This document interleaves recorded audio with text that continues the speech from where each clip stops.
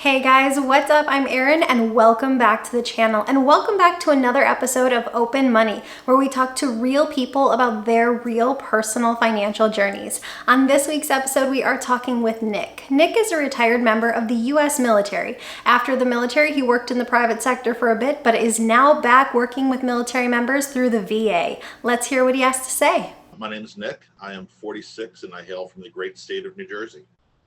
All right, well, welcome. Southern Jersey over by Philadelphia, so the good part of the state. Well, how about you tell us about your financial journey and how you got started? Absolutely. My financial journey is really my wife and my financial journey. We've been married for 25 years this October. Congrats. Thank you. We're beating statistical averages. So, no, we got married very young. I was 21 when we got married. Math. Yeah. And had not had a lot of experience, just living on my own. We were just married at a very young age. So we've been trying to go along and learn as we go, because she didn't come from any kind of money. I came from a family full of public servants. My mother was a teacher. My dad worked for the county health department. My grandfather was an accountant for the U.S. Navy. So, and again, nobody talked about money. It was just one of those things you were supposed to learn, like the Pythagorean theorem in school, and that was it. You never talk about it again. So a lot of what we've done has been learning along the way, and my wife's an educator. She's a principal, but she had been a teacher. I was in the Army for 13 years. So we've never made tons of money, but we've never been poor either, but we just weren't sure how to grow with it, right? I got out of the military back in 2006, and I fell into the world of precious metals. Okay. I moved from the Army. A family friend had a company that analyzes precious metals, gold, platinum, palladium. Can I pause you first? You got out of the military at 13 years. I did. I come home from Iraq. I did a couple years with Homeland Security, and my take crap meter was full. Got it. I was going to say, you're so close to that pension. I mean, kind of. You still had 7 years to go, but thank you for your service, and I'm glad you made it home, but why'd you leave before the pension? Yeah, literally, I went straight from Iraq to being with Homeland Security for 2 years, and I had very young children at this point. My daughter was, when I left for Iraq in 2003, she was not even 2 years old yet, my youngest. And I just, money is great, pensions are great, but time with your family is something you will never, ever, ever get back. And I wanted to be a dad. I wanted to be there for my kids. I wanted to just be dad, right? Yeah. And the schedule I was on was not letting that happen. And my contract was up, and it was just time. I get that. Have I looked back and wondered, should I have stayed? And occasionally it's yeah, but I think where I'm at now is such a good place that I think I wouldn't have traded the time for the money. Yeah. Because that's all we do is trade time for money in this world. Very true. Very true. But I got out of the military and I didn't know what I was going to do. But friends of the family own the precious metals business, analytical precious metals business, and they taught me precious metals analytical chemistry. Okay. So I did that for a good 8 years or so. And during that time, being a very small companies have to have relationships with larger companies, right? It's the way of the financial ocean, if you will. So I ended up one of the ways we interacted with the bigger companies was professional organizations.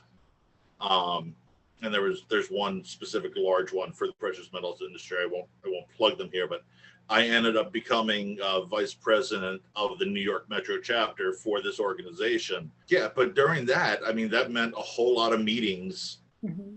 And this is me, soldier from South Jersey, now having lunch meetings on Wall Street. Suit and tie from combat boots. It was a bit of a change. Yeah, it was absolutely a bit of a change. So I got introduced to, that was like my real introduction to how money moves behind the scenes, right? Yeah. It's like I've hammered the closing hammer on the New York Mercantile Exchange, right? Okay, I'm super jealous. I mean, that's a goal of mine. I don't have a reason that it would ever happen because I'm part of a YouTube channel and my own tiny business. So it'll never happen, but it's a dream. You never know. Maybe they'll just let a random person do it one day. That's the thing about life. It throws you curveballs and twists and turns, and you never know where you're going to end up. Mm-hmm.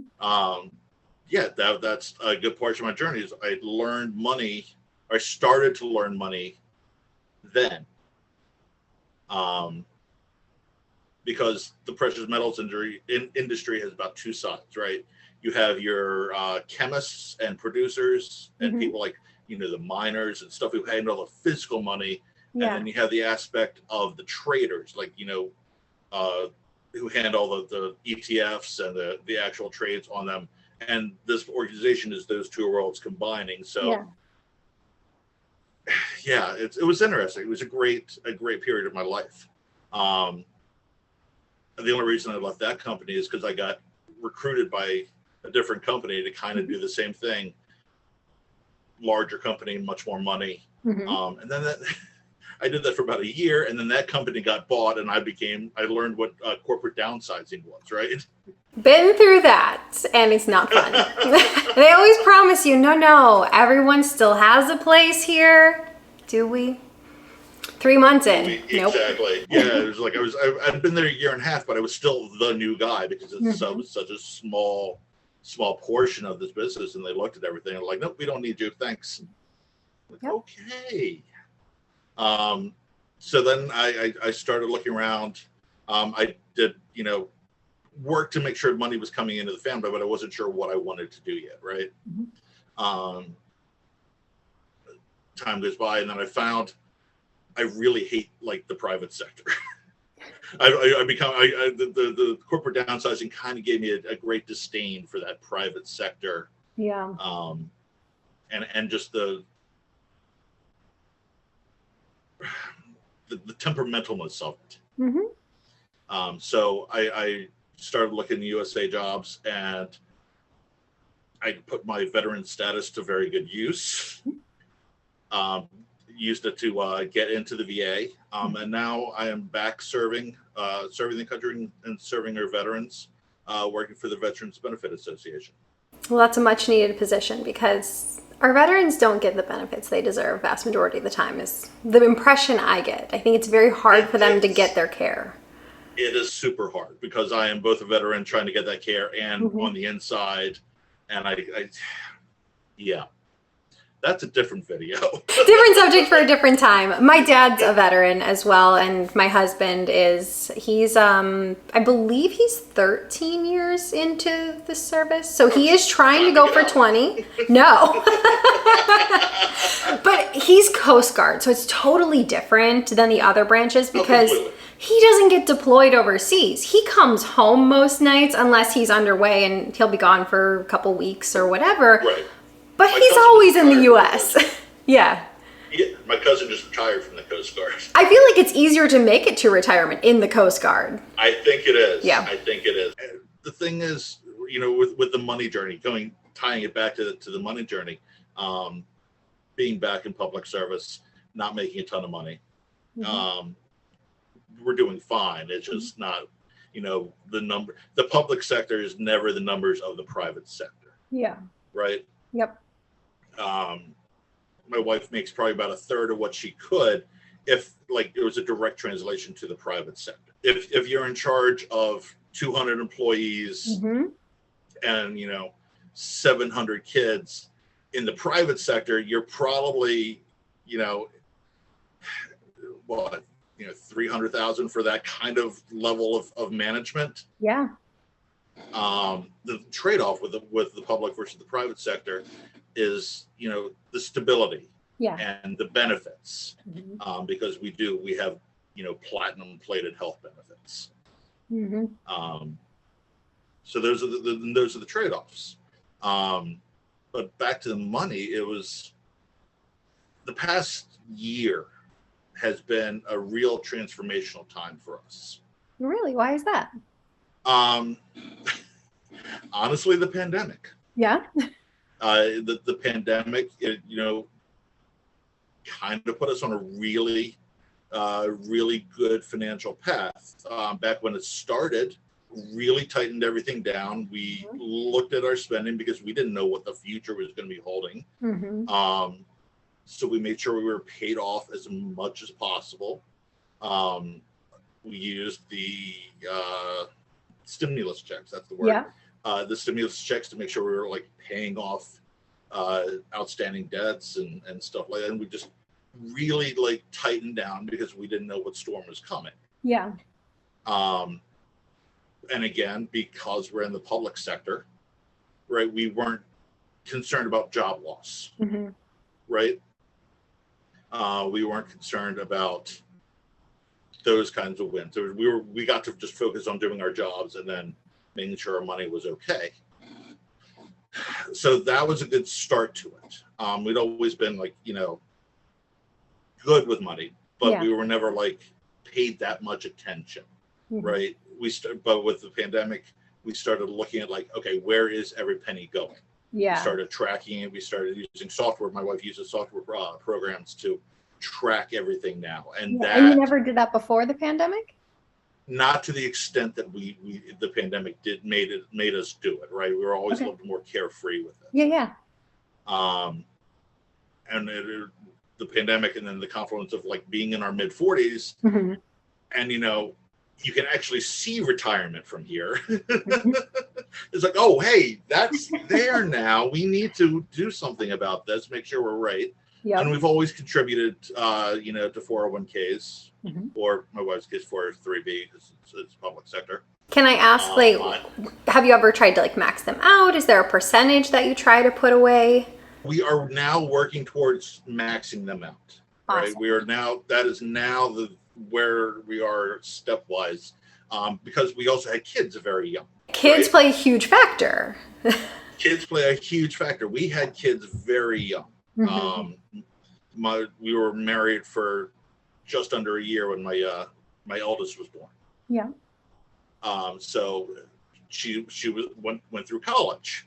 My youngest is going into her senior year of college right now. So we've always put money aside. Yeah. But it's always, with family, it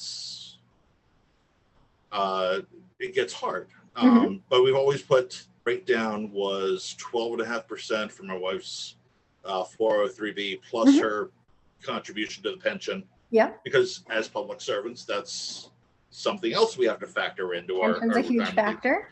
Actual pension. So it's like when you look at a net worth statement, when you look at your total assets, it's how do you compensate for what her pension's going to be, what my pension's going to be, what my VA disability is.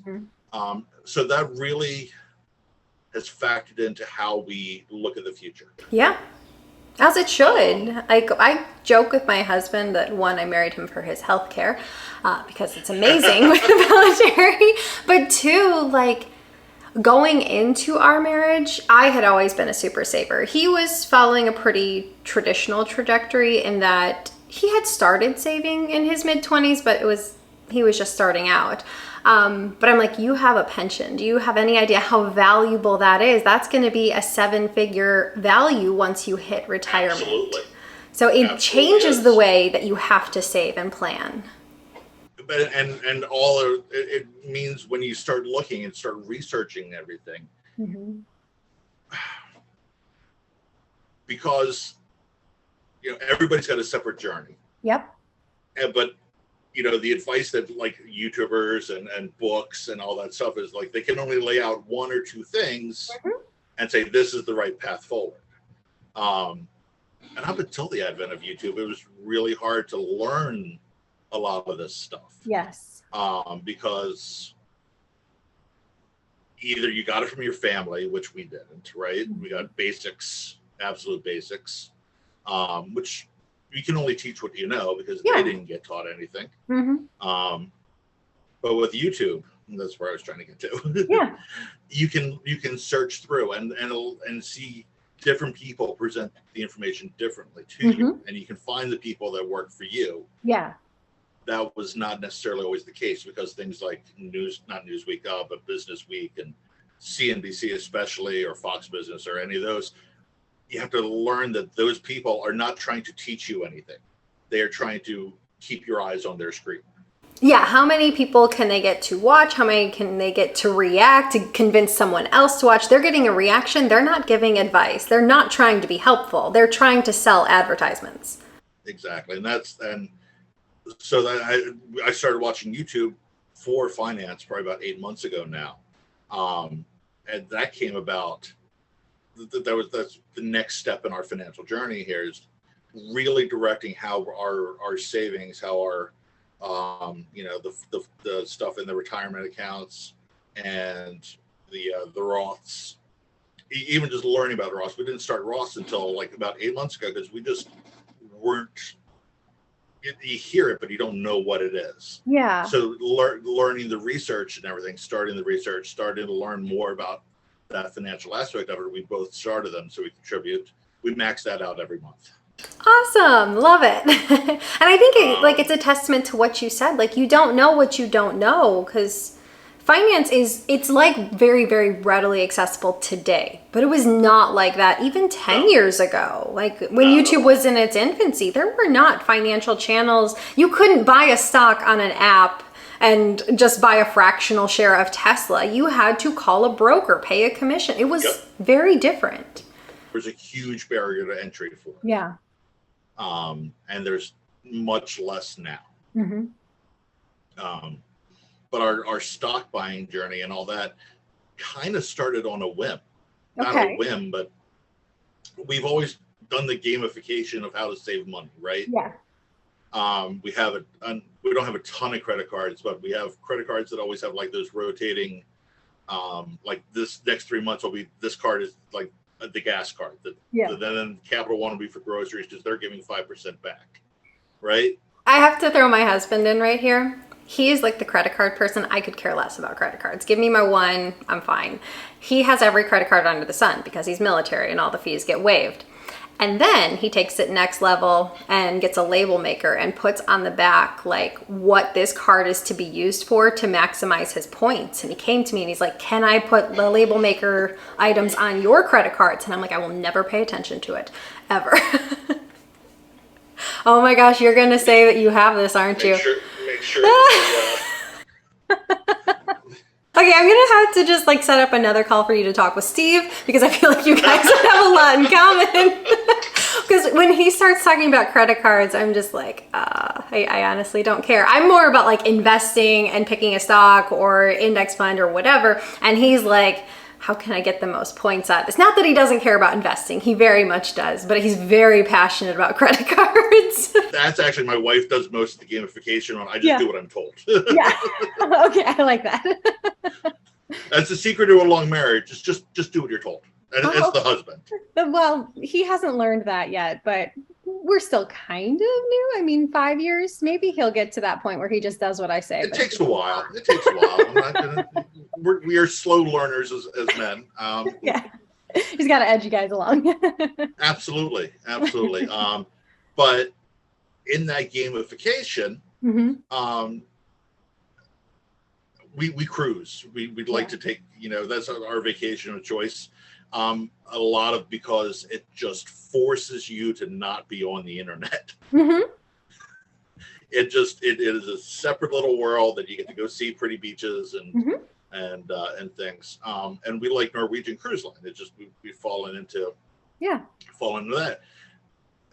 The cruise lines have a thing where it's one of the few stock owner benefits left, right? If you own 100 shares of Norwegian or Royal or the C one, Carnival? That's it. Okay. If you own 100 shares in pretty much any account, you get onboard credit. If you own 100 shares of their stock? Yeah. I Yeah, had no idea. Yeah, if you prove to them, like you just send them a statement, like a brokerage statement, Yeah. showing you that you own the 100 shares, we get $100 on NCL every time we cruise with them, just That's for awesome. owning the stock. And Yeah. with the downturn after the beginning of the year, Mhm. I'm like, oh hey, it would only be X number of dollars to buy the stock right now, and we Yeah. get to look then every time we cruise, which is once or twice a year, Yeah. get $100. So it's like, okay, that makes sense. Mhm. So I started researching how to do that, because that was not something that I was really familiar with. Yeah. And that led me down the YouTube rabbit hole of personal finance and starting the Roths and all Yeah. that, all from learning how to save money on cruising. But I think the way you're approaching it is actually a way to make it fun, because so much of investing and finance is kind of boring. Like, you don't see the returns. Yeah, you don't see the returns for 30, 40 years. So you just put this money away and you're not supposed to do anything. Like, no one's out there like super excited about a budget. But if you're like, oh, how can I turn this into a way we can enjoy something today? How can I feel like I'm winning at a game? Exactly. It changes it. Yep, the gamification of Yeah. Absolutely. But that's, if it gets you in it and it gets you investing, I mean, that's the way to do it. Absolutely. And that it's been a really good thing for us. Yeah. It's because, again, we can see retirement from here. So when would you say you really started investing? Like, when did you start taking it seriously, I guess? Probably about a year ago. Okay. Right in that range. We always knew seriously that we have to contribute to the retirement accounts, right? It's one of those things, like, we know we do it. It's like eating your vegetables, right? Yeah. We don't enjoy it, but we're doing right. it. And then somewhere along the line, you're like, oh, hey, butter and salt and pepper make the vegetables taste a whole lot better. And like, hey, this is a little bit more interesting now. Yeah. So that part kicked in, about a year ago. We also, with our only having one child in college at that point. How many kiddos do you have? Is it just the two? 2 girls. Yep. Okay. Now, did you help them out with college? Was that part of the financial plan? It is definitely part of the plan. We do, we do finance a lot of it. There are student loans involved, and we plan on helping them with that. But it's, college is ridiculously expensive. It's insane. Well, it's that whole system. Something has to change with it soon, because you can't be starting people out with like $50,000-$60,000 and send them out into the world. It's a shame. Fortunately, my youngest's career path it fits the amount of money, right, that she's spending. She's going for accounting. Okay, perfect. And she's already got her internship between her senior year and her master's year lined up with one of the big 4 accounting firms. Perfect. She'll be set. So, I mean, I think accounting is a great field. I actually wanted to go into an accounting field, but my finance professor talked me out of it. Really? In undergrad, I had a business management professor, a finance professor, and accounting professor that I would sit down and talk with on a regular basis.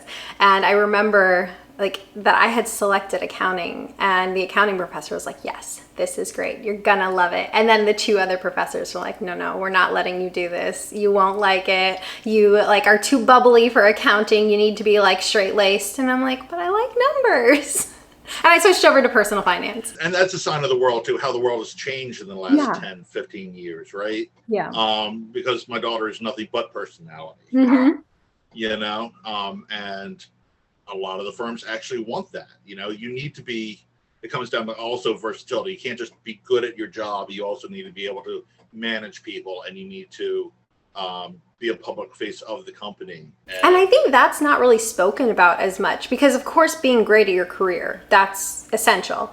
But if you can be the person who wins people over, you're going to advance in your career far more than someone who just is straight-laced, stoic, doesn't talk to people. Because anybody can make numbers be right. The personality part of it helps a lot. So Yes. I think before accounting probably was very stoic, very don't be personality, but times change. Yeah, absolutely. So now kiddos are finishing up with college. You're going to start prioritizing your retirement more, you said. Do you have a goal retirement age? My wife's is 55. Okay. Mine is closer to 60. Okay. I mentally need to put that much time in before I can really sit back and relax. I mean, obviously things can change along the way, but right now that's kind of where we're at. Yeah. So it's about 10 years away-ish? Am I in the ballpark of it? 14. 14. Okay. If I go to 60, that's 14. My wife's is right about, right in that 10 range. Okay. So yeah, you're kind of like that final sprint of it. Exactly. And we can see from, the pensions, that's going to be a good portion of the finance, but we also, you sit down and you do those net worth breakdowns and you look at your finance, your retirement accounts, your financial retirement accounts, and you add that together. But again, that's where the math gets complicated. It's like, okay, our pension is X. What do we need then to have in those retirement accounts? Because our goal is to not lose money when we retire. We want to have the same amount of money coming in from the pensions, from the retirement accounts that we're making now.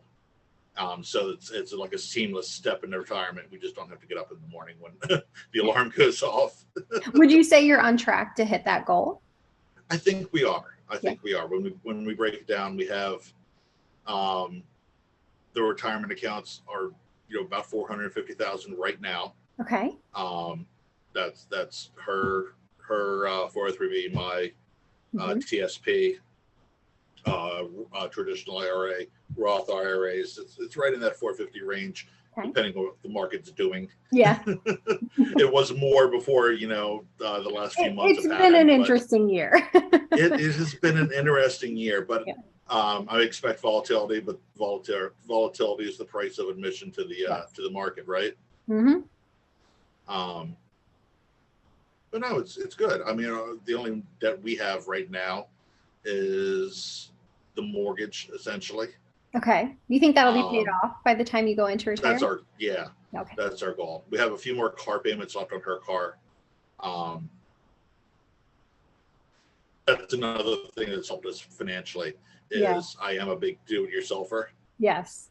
I don't have to budget as much money for things as a lot of people do to have things done for them. Yeah, because I mean, if you can roll up your own sleeves and do it, I mean, it saves you thousands over the course of every single year. Saves a ton of money. I do a lot of my own mechanic, and this is just the fortunate side of how I was raised. I got taught a bunch of different skills. My one grandfather was an accountant, my other grandfather was a mechanic, so I got to learn a lot of that stuff. Yeah. My grandma, it's just kind of similar. My grandpa was a mechanic at a mine. So he could fix anything. Like, he actually bought a house and put a basement on it. I'm like, how do you do that? He hoisted up the house. He built his own basement after the house was standing, and it was a 3-story house. So, I mean, he could fix anything. So he taught me how to fix anything and everything. And my grandma was an investor, and she was born in the 1920s. And the fact that she did that as a woman, to me, was always insane. Amazing, yeah. Yes. So that's very cool. I feel like I got both sides of those as well. And trust me, like, if I try to go to someone to have something fixed around my house, I will never hear the end of it from my family. I know there's certainly we're to the point now where financially we are getting a little bit better with that, because then I have to look at it I'm not nearly as young as I once was, right? If there's immense digging involved or really heavy lifting, I'm more apt to let that be taken care of by professionals on that now. Mm-hmm. But back in my 20s and 30s, there's no way I would have, like, no, I can do that. I can do that. I'm not spending that much money for this stuff. Of course, I can take care of it. Yeah. And that's a learning curve now for us. It's like actually listening to our bodies and knowing your limitations and like, yeah, I probably shouldn't hire somebody to do that. I think learning to spend for a natural saver is actually very hard. I think it is. I definitely think it is. But again, it's time versus money. It's like the professionals a lot of the time can do it faster. Mm-hmm. Where do I want to trade? It's true. Right? So if you could leave anybody with one piece of advice or something you wish you knew at a younger age, what would you like to share with people? On a personal level, my public service announcement here is going to be: make sure your beneficiary designations are up to date. Take one day a year to look at your policies, your financial statements. Beneficiary designations are how life insurance and financial things like IRAs and Roth accounts and those things are distributed. They're not part of your estate automatically. They are not governed by your wills. They are governed by your beneficiary designation. So you can leave in your will all your stuff to your wife, but if your beneficiary designation is to your ex-wife and you never updated it, ex-wife gets the money. What about if there's a trust involved? How does that change things? For beneficiary designation, you then have to designate the trust with backing paperwork as the beneficiary of the policy or the beneficiary recipient of the account. If you don't, then good luck with the legal fees. That's very important to know, just because a lot of people obviously have kids and the money ends up going to an ex and it was meant to raise their family. The only thing we talk about less than money is money and death. Mm-hmm. Nobody wants to talk about money. Nobody wants to talk about money after you die. Yeah. But it is a fact of life. Car accidents happen, things happen, and then just, by the time you get to the end of your life, if you've done this right, even if you're in your 90s, then you have things to go out to people, and generally take the time to make sure they're going to who you want them to and understand the machinations of it. It's not just you write a will and that's it, or you just have a trust and that's it. There's a lot to it. It's worth, a day, a year to make sure that everything is the way you want it to be. Well, very good advice, and I appreciate it. Thank you for being on this, and thank you for participating. Thank you for having me. It's been a pleasure. If you like these types of videos where real people are talking about their real personal financial journeys, leave it in a comment down below. Or if you would like to be featured, if you want to talk about your monthly budget or your net worth or how your income trajectory has been throughout your career or any other side of personal finance, send me an email at erintalksmoney@gmail.com and we'll get you scheduled. I hope you have a great day. I post new videos every single week. If you got anything at all out of this one, please give it a like. If you're new here, please consider subscribing, or if you know of someone who might get something out of this type of content, please consider sharing. Have a great day. Bye.